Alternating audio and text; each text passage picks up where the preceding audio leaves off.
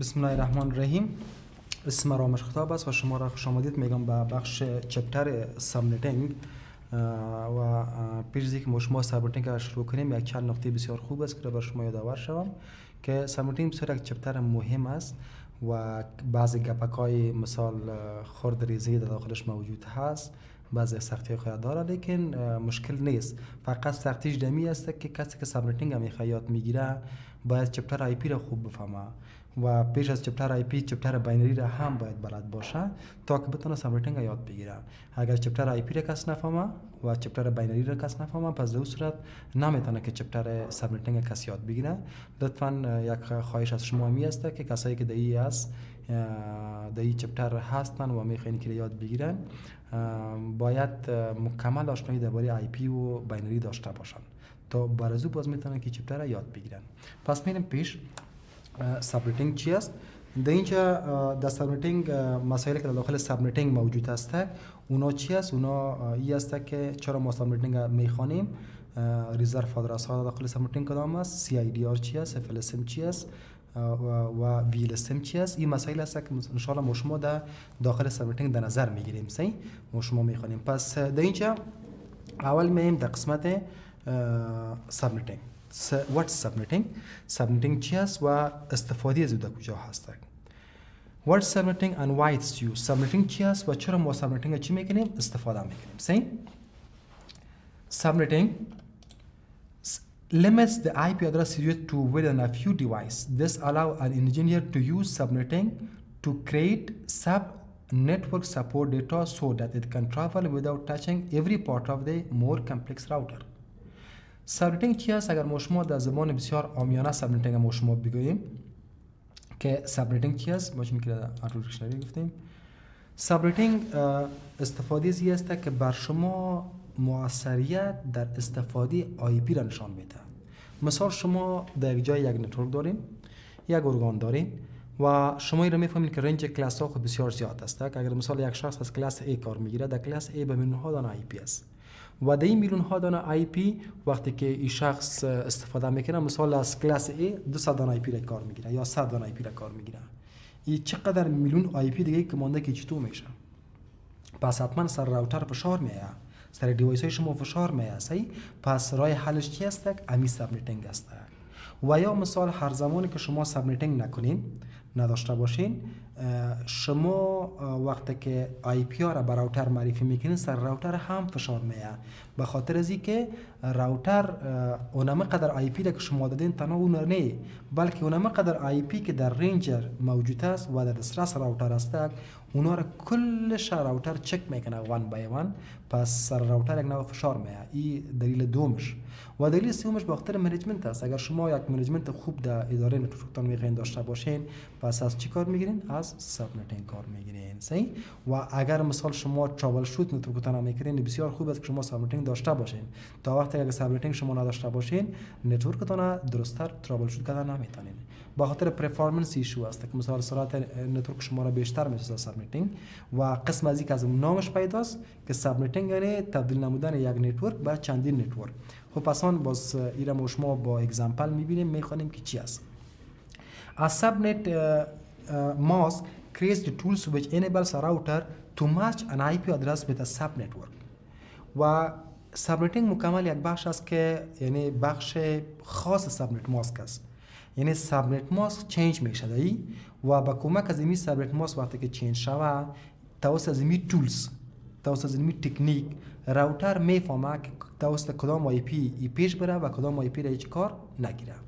Through strategic placement of subnets با خود وظیفه سابنتینگ یا کار سابنتینگ you can help reduce your network load and more efficiently route traffic. توسط سابنتینگ اگر شما سابنتینگ در نتورکتان جاگزین بسازین شما کمک میکنین که وقت نتورک کم شوه، لود سر نتورک کم بیه و موثریت شما زیادتر میسازین و ترافیک راوتر شما کم میسازین. صحیح؟ یعنی اگر کدام ترافیک هایی که در داخل راوتر از داخل نتورک شماست اگر شما سابنتینگ داشته باشین پس با کمک سابنتینگ این کارا بسیار با آسانی میشه، یعنی تایم بر شما زیاد میشه، پرفورمنس نتورک شما خوب میشه خود ترافیک راوتر بر شما کم میشه و سرعت خود شبکه شما هم بالا میره که بدون سابنیتینگ کار امکان نداره. As the number of district local network grows, managing them become a serious headache. خب دیگه دلیلش هست که وقتی که نتورک زیاد میشه، بزرگ میشه، یعنی گروت میکنه، پیش میره، پس در این صورت منیج کردن از یان بیخی یک نوع مشکل بسیار کلانه به میان میاره برای کسی که نتورک انجینیر، یعنی یک نوع سردردی به میان میاره. پس اینجا یک تکنیک باید باشه که از همدیگر سپریت شه. این همیشه شما میفهمین که چیز خورده هر کس میتونه، لیکن یک چیزی که بزرگ باشه، چیزی که کلان باشه، پس در او حتما باید یک تکنیک، یک تولز استفاده شود تا کدام کار صورت بگیره. اگر از کدام تکنیک تولز کار گرفته نشه، پس او کار صورت گرفته نمیتونه. پس به مو خاطر اگر نتورک شما زیاد بزرگ میشه، نتورک شما کلان میشه و منیج کردن شما، منیجش برای شما سخت‌تر میشه، پس در اون صورت شما نیاز به چی دارین؟ به نیاز به سابنیتینگ دارین. Every time a new network is installed, the system administrator must contact NIC to get a new network number. هر زمانی که مثال یک کامپیوتر نو در نتورک اضافه میشه یا مثال فور اگزامپل یک سیستم نو اضافه میشه، نتورک ادمنستراتور یا کسی که همین کارهای نتورک انجام میده، او باز مثال نیاز به این داره که فور اگزامپل ببینه، چک کنه که ما کدام آی پی را بتام، کدام آی پی بیکار مانده است. پس بهترین راهی چی است؟ سابنیتینگ است که در سابنیتینگ بسیار شما خوب منیجمنت میکنین که در این دیپارتمنت مثال 20 نفر کار میکنه، ما خیر 40 دانه آی پی را برش در نظر میگیرم. 50 نفر کار میکنه، خیر ما برش 80 دانه آی پی را در نظر میگیرم، 30 دانه اضافه. اگر یک نفر مستقیم بیه فقط کیبل نتورک اپارت یا خود نتورک وصل بشه بساده، دیگه اون پالیسی که سر همگی سر از هم اپلای میشه. The solution to the problem to allow a network to be split into several independent parts of internal use but still act like a single network to the outside world. In the internet literature, these parts are called subnets. اگر شما از لحاظ تکنیکی صحبت بکنین و وقتی که شما یک نتورک تبدیل میکنین به چندین نتورک و این جدا جدا از خود پالیسی می داشته باشه، در دنیای اینترنت، در دنیای نتورک این به نام چی یاد میکنه؟ به نام ساب نت یاد میکنه. یعنی یک نتورکتان تبدیل به ساب پورت شده. صحیح؟ ساب نت یا ساب پورت فور اگزامپل شما گفته میتونین که یک نتورکتان تبدیل به چی شده؟ ساب پورت شده. خب شما سابنیتینگ فهمیدین هدفش. خب هر زمانی که شما سابنت میخواین که بکنین، در سابنیتینگ یگانه چیزی که بسیار مهم است نتورک ماسک است یا سابنت ماسک است. شما باید را خوب بفهمین. اول اینجا خوب ببینین، گپا را توجه باشین، در طرف کامپیوتر سعی کنین که اینجا فور اگزامپل ما شما سه کلاس داریم، کلاس A است، کلاس B است و کلاس C است. در کلاس A سابنت ماسک دیفالت کلاس A 255.0.0.0 است. سابنت ماسک دیفالت کلاس B 255.255.0.0 است. دیفالت ماسک کلاس C 255.0.0.0 است. صحیح؟ سه دانه دیفالت ماسک هست برای کلاس A و کلاس B، کلاس C. پس در اینجا از اینجا شما باید بفهمین که اگر وقتی که شما یک آی پی را نوشته میکنین، فور اگزامپل یک آی پی را من نوشته میکنم، یک آی پی را من نوشته میکنم مثال 10.3.4.5 و سابنت ماسک از یام برآمد دارگیز به این شکل 255.0.0.0. وقتی که شما دیدین که در مقابل یک آی پی دیفالت ماسکش موجود است، یعنی دیفالت ماسک هست، یعنی هیچ چیز تغییر نکرده، صحیح؟ کلاس A، کلاس B و کلاس C. پس اگر شما اینجا دیدین که دیفالت ماسک در آی پی شامل است، به این معنی میده که این آی پی سابنیتینگ نشده، یعنی نورمال آی پی است، هیچ سابنیت نشده. صحیح؟ اگر شما میبینید که در کلاس B یک آی پی است و در مقابلش کدام سابنیت ماسک است؟ 255.255.0.0. پس به این معنی میده که سابنیت نشده. اول شما باید تحقیق کنین که آیا اینمی آی پی سابنیت شده یا سابنیت نشده. اگر شما کلاس C را میبینین که در کلاس C یک آی پی آدرس است و سابنیت ماسکش به این شکل است، پس به این معنی است که چی نشده؟ این سابنیت نشده. صحیح؟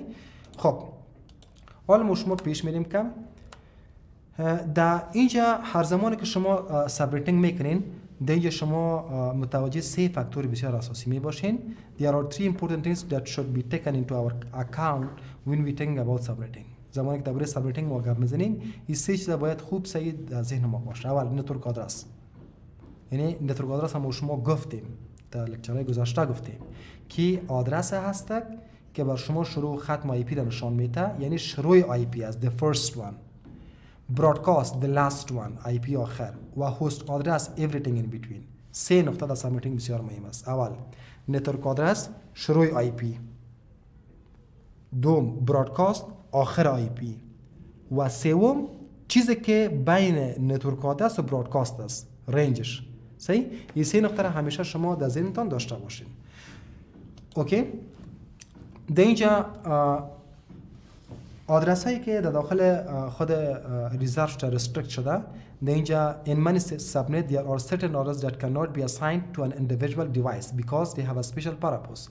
یعنی در بسیاری اوقات آدرس ها ریزرو شده و این شما اساین کردن نمیتونین در داخل کامپیوترتان به خاطر هدف خاص. The subnet address is the first address in a range that identifies the subnet. یعنی اول شما در سابنتینگ اولین آدرس ازش کار گرفتن نمیتونین به خاطر از اینکه او بر شما نتورک آدرس است. صحیح؟ یعنی در داخل سابنتینگ اولی آی پی که شما میکشین او را شما استفاده کردن نمیتونین. بعضی باز گفته که the broadcast address is the last address، آدرس برادکاست که آخری آدرس از ایره شما استفاده کردن نمیتونین. من حیث چی؟ من حیث آی پی. اینجا مثال بر شما گفته، for example گفته اگر اینی چی ما باشه، آدرس ما باشه، پس آخری آدرسش که اینی چیز است که ما ایره یوز کردن نمیتونیم. صحیح؟ یعنی تا 200 چند استفاده میگن؟ تا 254. اوکی. بعد یک بخش دیگه است به نام CIDR یا Classless Inter Domain Routing. ببینید CIDR چی است؟ CIDR یک اصطلاح است که داخل سابنتینگ بسیار از یوز میشه تحت نام چی؟ CIDR یا Classless Inter Domain Routing. CIDR چی است؟ CIDR هم یکی از بخش‌های آی پی است که سابنت ماسک بر شما به یک شکل سلش نشان میده. به شکل چی؟ به شکل سلش. اثر میگم گپ ما. CIDR چی است؟ CIDR یکی از بخش‌های آی پی است که سابنت ماسک به شکل سلش مانند بر شما نشان میده. فور ایگزامپل اینجا سکنین از کلاس A ای سابنت ماسکش است 255.0.0.0. از کلاس B سابنت ماسک شد 255.255.0.0 و از کلاس C سابنت ماسک چی است 255.255.255.0. پس CIDR هم اینمی سابنت ماسک است لیکن به این شکلشان نمیتیش به شکل سلش مانند. چه قسم؟ فور ایگزامپل کلاس A را شما اگر این سابنت ماسک کلاس A را تبدیل به باینری کنیم به این شکل میاد که 255 8 تا 1 میاد 1 2 3 4 5 6 7 8 ایواز 0 8 تا 0 1 2 3 4 5 6 7 8 1 2 3 4 5 6 7 8 1 2 3 4 5 6 7 8. صحیح؟ این سابنت ماسک چی است؟ کلاس A است. اینمی دسیمال تبدیل به باینری کردیم فقط همین کارو کردیم. صحیح؟ در کلاس B به این شکل 8 تا 1 میاد 1 2 3 4 5 6 7 8 ایواز 1 255 باز 255 تبدیل به باینری میکنیم این هم 1 2 3 4 5 6 7 8 و ایواز 2 تا 0 هم ما شما 8 تا 0 میدیم. صحیح 1 2 3 4 5 6 7 8. چرا ایواز 1 0 8 0 میدیم؟ به خاطر که هر آکتت آی پی از 8 بیت جور شده و ما شما 8 بیت باید پوره کنیم. اگر کم بود به طرف چپ 0 اضافه میکنیم لیکن زیاد به هیچ صورت نمیشه. پس ایواز از این صفر دیگه شم چند صفر میتیم؟ 8 تا 0 میتیم 1 2 3 4 5 6 7 8. این شکل ما شما در کلاس C رو مگر ما شما پیش بریم در اینجا ایواز 255 چی میه؟ 8 تا 1 میه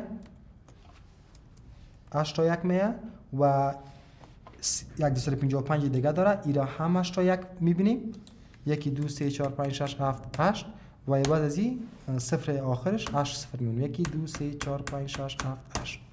حالا شما ایرا ما شما تبدیل کنیم باینری. خب CIDR خیال چی است؟ CIDR نوع سابنت ماسک است که به شکل سلش بر شما نشان میده. این چی معنا میده؟ اینجا شما در کلاس A میبینید که در کلاس A مجموعاً در سابنت ماسک از چند دانه یک است. چند تا؟ یک است. صفر نه. چند تا یک است. پس اینجا اگر ما شما مشاهده کنیم میبینیم که مجموعاً در چند تا یک است؟ 8 تا یک است. 1 2 3 4 5 6 7 8. پس این بسیار ساده نشتا میکنیم سلش 8. اینمی نمایندگی از کل ازیا میکنه. در کلاس بی میبینیم که چند تا یک است. اینجا 8 تا 1، اینجا هم دیگه 8 تا 1. 1 8 8 2 16 سلش چند؟ سلش 16 نشتا میکنیم. در کلاس سی اینجا سعی میکنیم چند تا 1 است. 8 تا 1 16 تا 1 24 تا 1 8 8 2 16 3 24 سلش چند؟ سلش 24. پس خیسیای دیار سابنت ماسکای دیفالت چی است؟ برای کلاس A برای کلاس A سلش 8 است. برای کلاس B سلش چند است؟ سلش 16 است. و برای کلاس C سلش چند است؟ 24 است. خب اینجا اگر ما شما یک اگزمپل بسیار خرد کار کنیم که convert following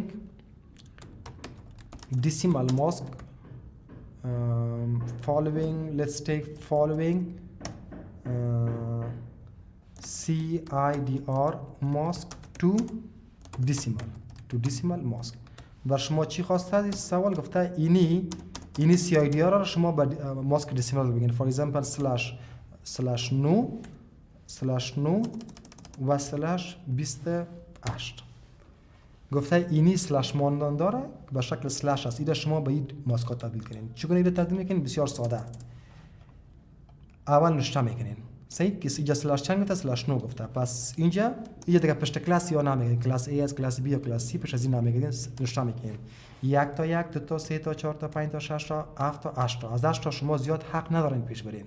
نه کم نه زیاد. 8 تا نقطه میمونین. اونجا برای شما چقدر گفته؟ 9 تا گفته. خیلی یک دانه یک دیگه هم پیش میریم. این 9 تا شد. دیگه‌ایش با شما 0 افزود میکنیم. چند 0؟ 7 تا 0. به خاطر یکیش خو شما نوشته کردیم. پس دیگه‌ایش 1 0 2 3 4 5 6 7 8. این /9 شد. خیلی دیگه‌ایش مکمل میسازیم دیگه. 1 2 3 4 5 6 7 8 0. اینجا 8 تا 0. 1 2 3 4 5 6 7 8. این جواب /9 شد. 1 تا 1 2 تا 3 تا 4 تا 5 تا 6 تا 7 تا 8 تا 9 تا /9 نمی و /9 یک مانا میده. حالا شما چی میکنین؟ این شما تبدیل میکنین به دسیمال. این جوابش نشون میکنین 55 نقطه.